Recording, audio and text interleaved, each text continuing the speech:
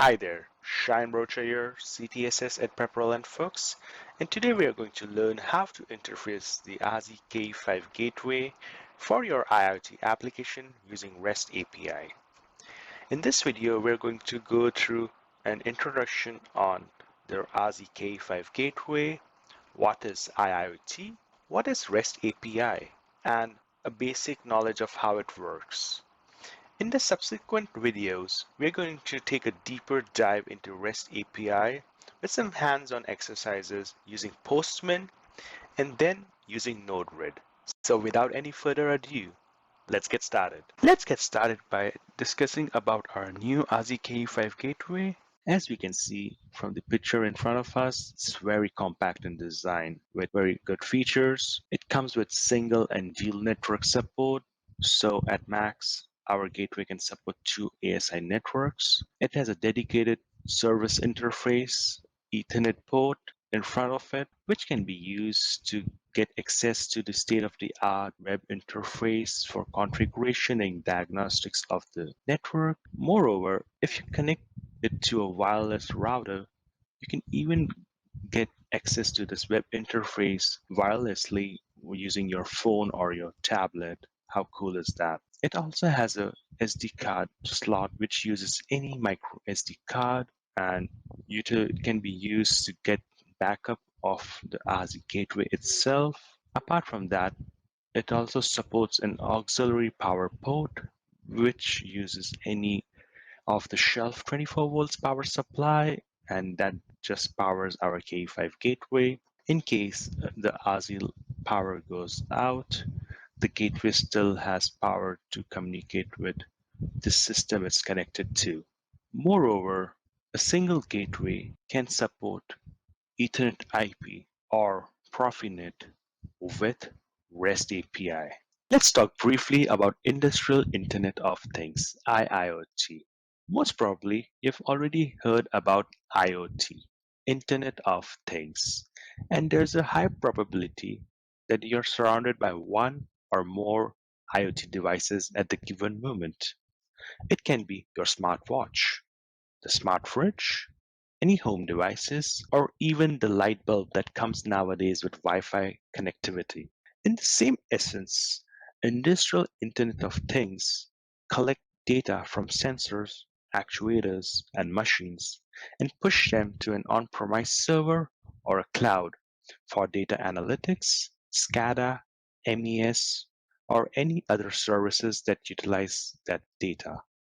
One very popular nowadays is machine learning. They can take this data and make some models, and now with the use of those models, you can know when the machine is going to have a breakdown, and before that breakdown occurs, we can do some remedial measures to it. How cool is that? I recommend you scanning the QR code appearing at the right bottom edge of the screen right now. This will take you to our Pepperl+Fuchs Industry 4.0 webpage, where you can get more information about the protocols offered by Pepperl+Fuchs and the devices utilizing them. Let's talk about REST API, or sometimes it's even known as just REST. It stands for Representational State Transfer, which is an application programming interface which communicates via HTTP requests to perform standard database functions like creating, reading, updating, and deleting records, also known as CRUD, within a resource. These methods are replaced with HTTP request methods such as get, put, post, and delete. In essence, it consists of a URI and some payload JSON data for body and header if required by that API call. And it has great benefits. Firstly, it's simple and standardized. By simple, I mean that it uses the basis of something which we use for our everyday lives. That's a web browser. We put in a URL in our web browser, we hit enter, and we get a website back. That's something similar in concept to REST API. REST API is also standardized, which means that if you're utilizing REST APIs provided by different vendors for different devices, you can expect them to perform in a similar fashion with similar payloads and similar headers. Also, REST APIs are scalable and stateless, and they have high performance as they support caching. Now let's look into how does it work. So in front of us, I have a very simple flow diagram which represents a client, that's a laptop over here, and a server. In this case, it's our K5 ASI gateway.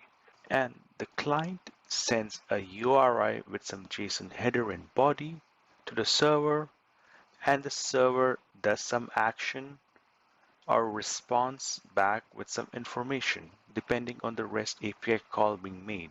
The actions can be turning on and off any output devices, and in response it can be sending some input data or some data regarding the gateway itself or the modules attached. Now a question arises that, okay, this looks simplistic enough. What I can tap into the network, get the IP address of the K5, and do some unauthorized REST API calls and get some information or inverse harm the system. This is something that can be seen from the present PPT right now. It's showing a malicious unauthorized hardware connected to the network and trying some REST API calls. And can this be a security threat?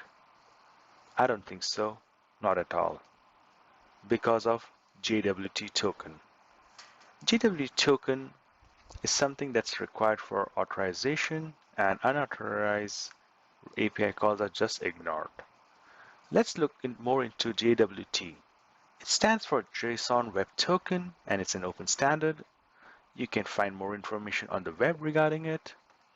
It's basically the digital signature between the client and the server and has some structure to it. In essence, client sends a JWT token request to a server with some authorized credentials. And if those credentials match, the server responds back with a token, which is an alphanumeric string. And every time a REST API call has to be made from the client to the server, this token has to be attached in header for the server to consider that request to be legitimate and respond to that request. If by any chance a JWT token is not attached or is non-valid, the server will just ignore it. The tokens have an expiration time, usually 60 seconds, but it can be any time, and after that time it just expires and that token is non-valid and we have to reapply. So let's see how it works with a JWT token. As I discussed before, initially the client sends a JWT token request URI with some authentication JSON payload. Usually it's username and password for that device. And when it's received by the server, in our case it's a K5 ASI gateway, it checks those credentials. If they're good, it will respond back with a JWT token. And the client can take that token and attach it to all the REST API URIs and then send that request to the server to get a valid response back or to get the server to do some action. If invalid token is attached, as mentioned before, this server will just ignore. Also, if expired tokens are attached, still the same will be done by the server. Let's discuss the REST API Endpoint, which is the URI utilized by the client to send REST API calls to a server. It consists of an server IP address. In our case, it's the IP address of our K5 gateway, also a /API, which denotes the URI endpoint is for an API request. Then slash, over here we can see RZ/lines, which is known as a resource. And resources are something which differentiate between different API endpoint calls. So different API calls will have different resource, which points to the server which information is required. After getting this theoretical insight, we're going to use this knowledge and apply it in a hands-on practical approach using Postman.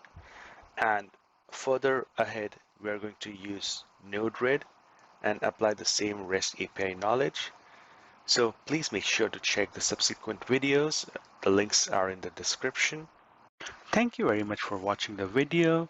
Please like the video and subscribe to our channel for the latest and the greatest in industrial automation and Pepperl+Fuchs. Thanks again. Have a great day. Bye.